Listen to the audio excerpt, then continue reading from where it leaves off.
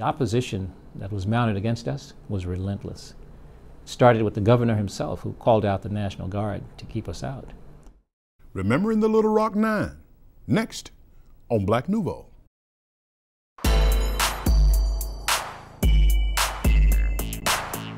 Hello and welcome to Black Nouveau.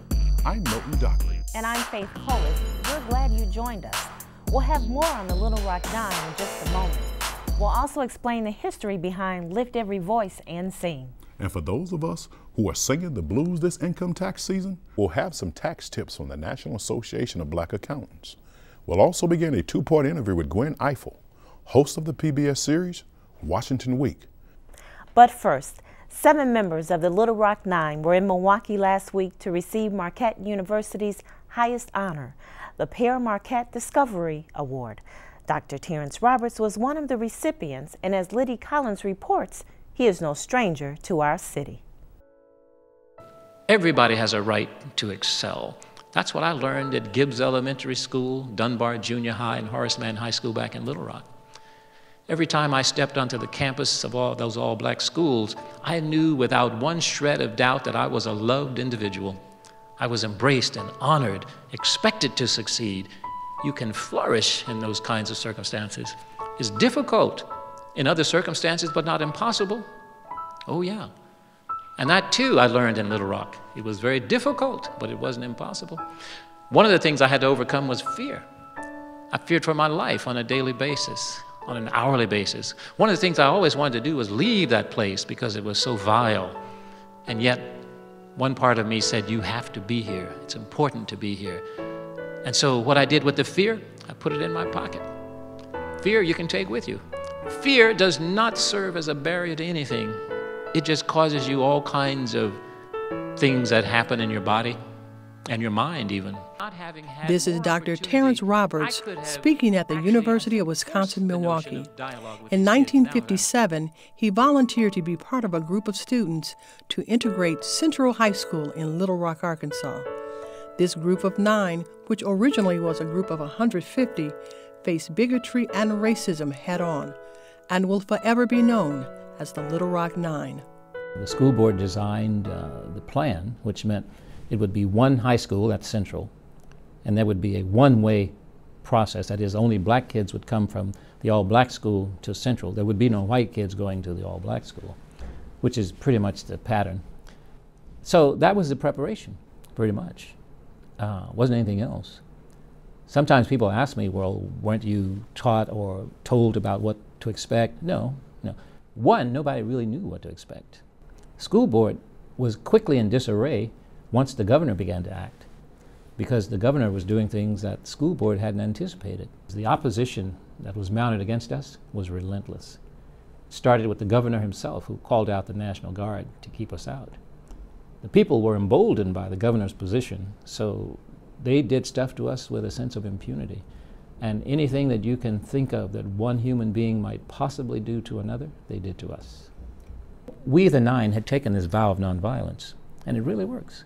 I mean, there were many instances where I was getting beaten around in the hallway, and then the guy hitting me could not throw another blow. It came to a point where he realized that I wasn't hitting back, wasn't going to hit back, had no intention of hitting back. Very difficult to keep beating up somebody with that going on.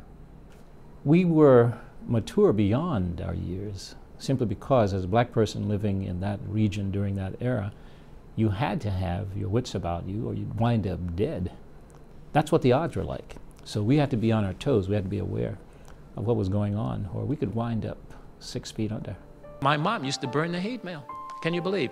I got home one day from school, she's busily burning the hate mail, and I rush in, Mom, you can't do that. That hate mail has historical value. And that's the first time I heard her use 4-letter words in response to let me know what she thought about the historical value. You know, a lot of people don't know, but in those communities, in the South especially, very segregated communities, education was touted as being the key, the way out, the answer to all of our problems. As a consequence, black educators and black parents worked hard to convince us, the young people, of the value of education. And the mantra I heard growing up over and over, boy, get your education. And this came from people who had no formal education of their own, but they realized how important it was for us. My first grade teacher, I recall saying to me, "You, Terry Roberts, you've got to become the executive in charge of your own learning. You've got to take on CEO responsibilities for your own independent learning enterprise." And that was followed up by the second grade teacher, the third grade teacher, throughout that career in the all-black schools. So I think young people today, in various ways, feel not so much a part of what's really going on at the center of things. They're on the periphery. They feel left out. Sometimes they choose not to involve themselves because they're uncertain of the response. So rather than risk being rejected, they will simply opt out.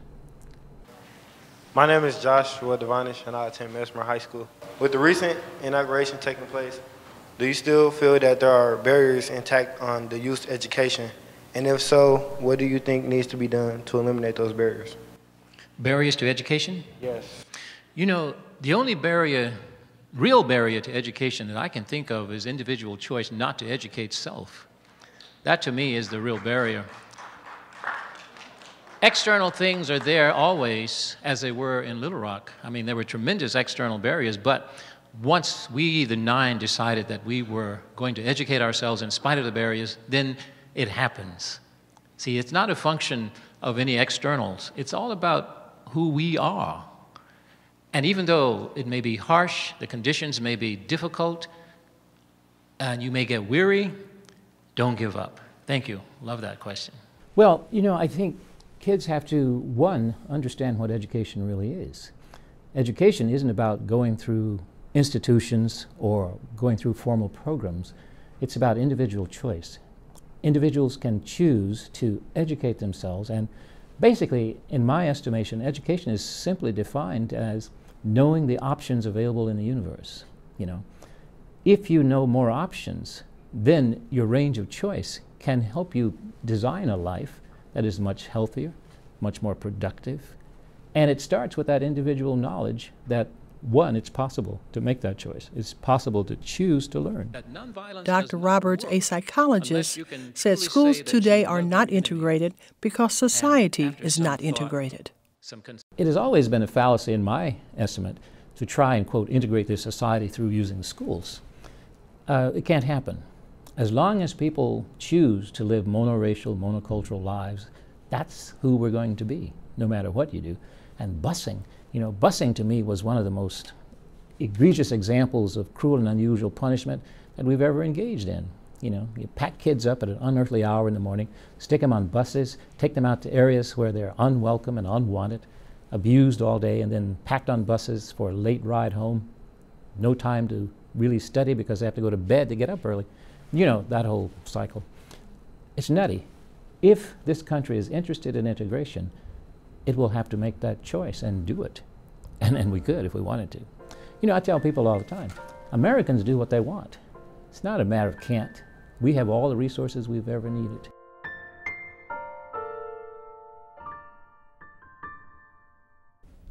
It's that time of year again, income tax time. And if you haven't prepared your taxes yet, our guests may be able to help you save some money. They are Faithe and Val Childs from the National Association of Black Accountants, Milwaukee chapter. Welcome. Thank you. Pleasure. Ms. Berry, you're the president of the Milwaukee chapter of the National Association of Black Accountants. What is the most important thing for taxpayers to remember this year? The most important thing for taxpayers to remember is to be prepared. When they go through the tax preparer, make sure they have all their documentation, and for them to be conscious of what the cost is for preparation of the taxes. What would you consider paying too much? That's a very good question, because that is relative, of course.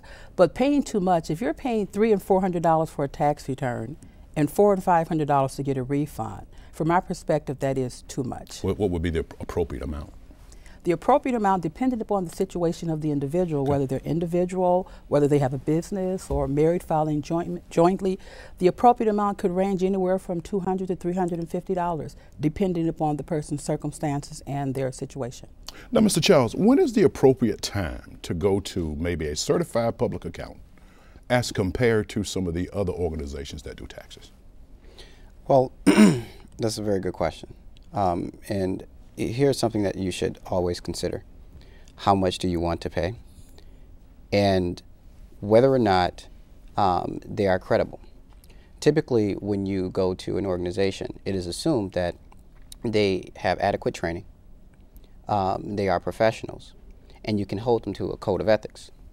So anytime you are faced with a situation where you have to have your work done for you, you have to think about whether or not these organizations have professionals who have continuing education, if they have been adequately trained to address any of your particular circumstances.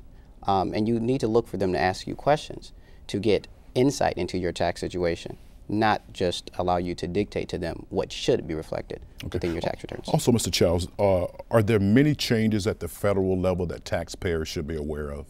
There are a few things. Among them is the home buyer's credit. This year, we have seen in 2009 quite a bit of market arbitration whereby individuals have bought homes, they have sold homes. So the normal ups and downs of the market, the IRS has allowed for taxpayers to claim an $8,000 tax credit if they purchase a home this year. That's one of the major hits. Okay. Ms. Berry, what about changes on the local level? Local for income taxes? Yes, ma'am. On the local level for your state taxes for homestead, that income limitation has gone up where individuals that couldn't qualify before may be able to qualify. Could you define homestead for our viewers? If you own a home and pay real estate taxes, your home is eligible for homestead. Okay. If you rent a home if you rent from someone, the amount that you pay for rent also is a major factor in your qualifying for homestead, that along with your income.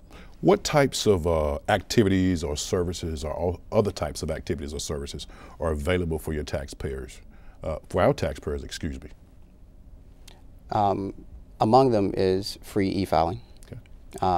That is facilitated through VITA, Volunteer Income Tax Assistance Program, which is administered by the Internal Revenue Service.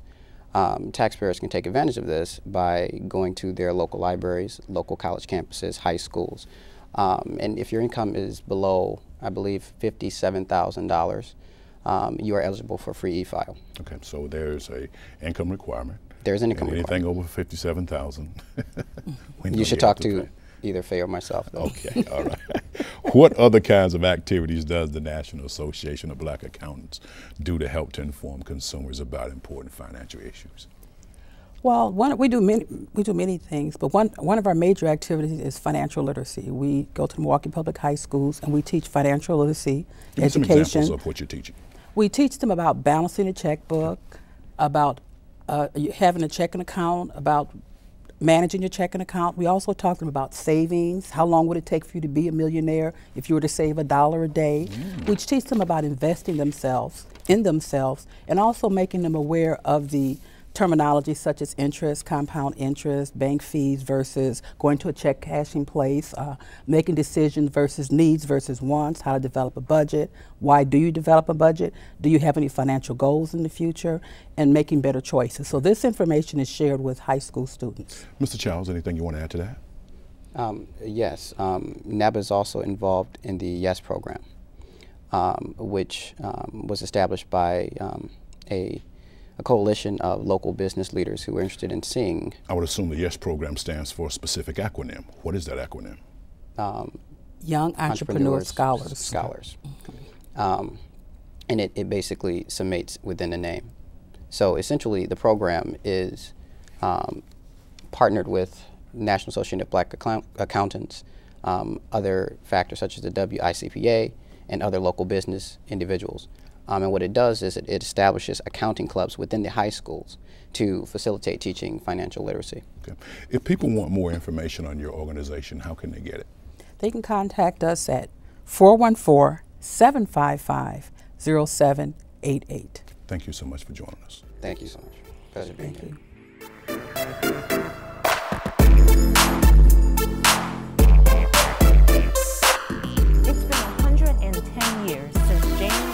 Johnson wrote the lyrics to Lift Every Voice and Sing. They were originally written for a school celebration of Abraham Lincoln's birthday, where Booker T. Washington was the guest speaker. 5 years later, the poem was set to music by John Rosemont Johnson, James Weldon Johnson's brother, and it became a tool for people of color to speak out against racism and lynching and express their hope for the future and belief in the American system. In 1919, the NAACP adopted the song as the Negro National Anthem, and into the 1920s, the song could be found in the hymnals of many black churches across the country. The song was sung in many of the segregated black schools and was also frequently used during the civil rights era of the 1950s and 1960s. Last year, during the festivities at the Obama inauguration, the song was recorded and released as a video by the Balm in Gilead, a faith-based organization that develops educational and training programs around health education and disease prevention. We're going to play the video for you and invite you to sing along.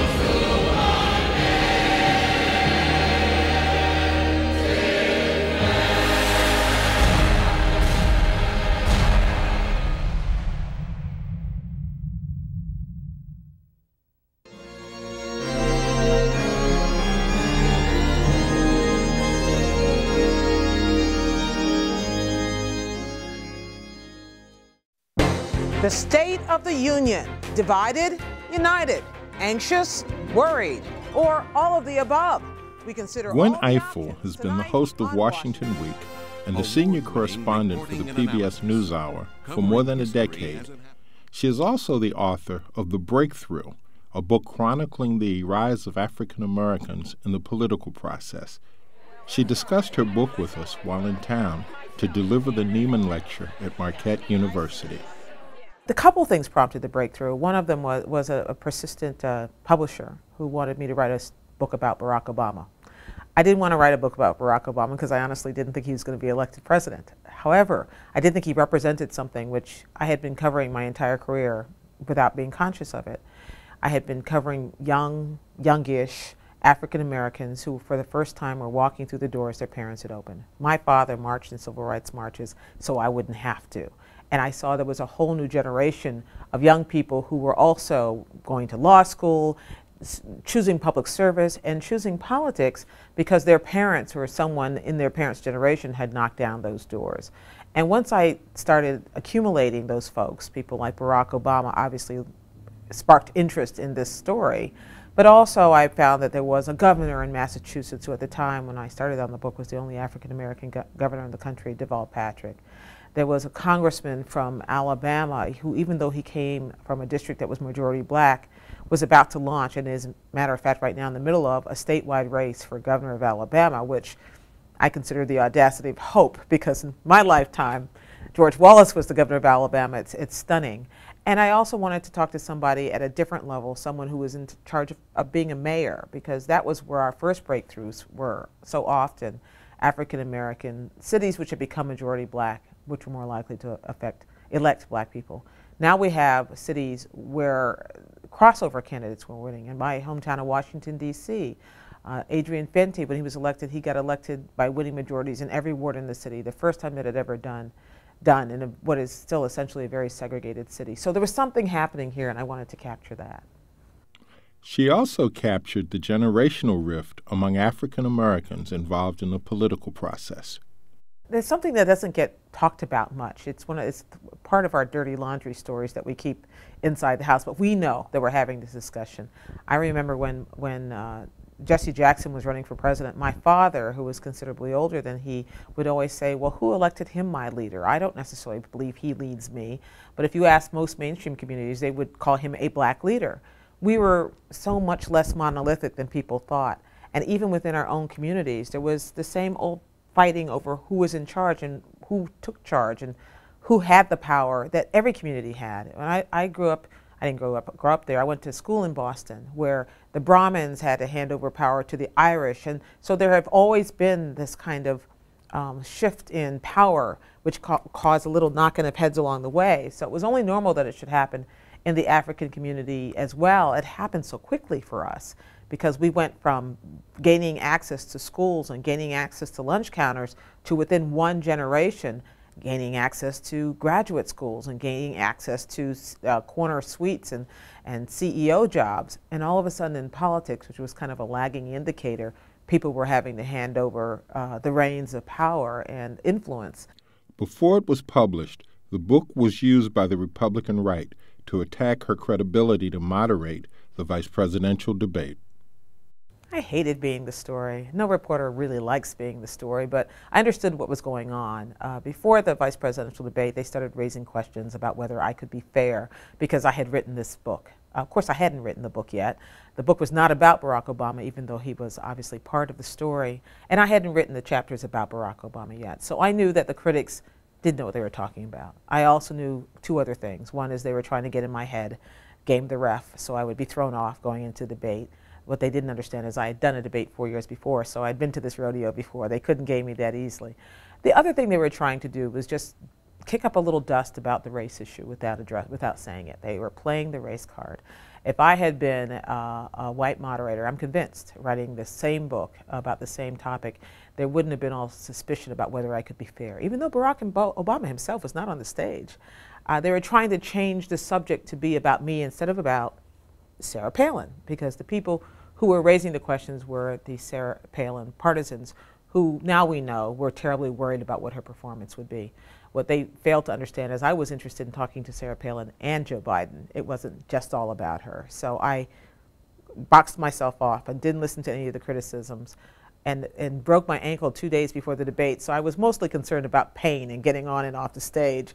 And that allowed me also to not focus on all of the chatter and to focus on the job at hand. You and I go way back. We worked together in another lifetime almost at a public television station back in Owings Mills, Maryland. I call it a baby Washington week. In fact, it's how I first got into public television, or television at all. You talked me into coming on as a guest when I was a reporter at the Baltimore Evening Sun, and I was covering the first City Hall and then the State House. And we would do exactly what Washington Week does, which is we'd sit around the table on Friday nights. Neil Friedman was the host, and we would sit around and talk about our stories. We would empty our notebooks. It was a really useful, safe place to be.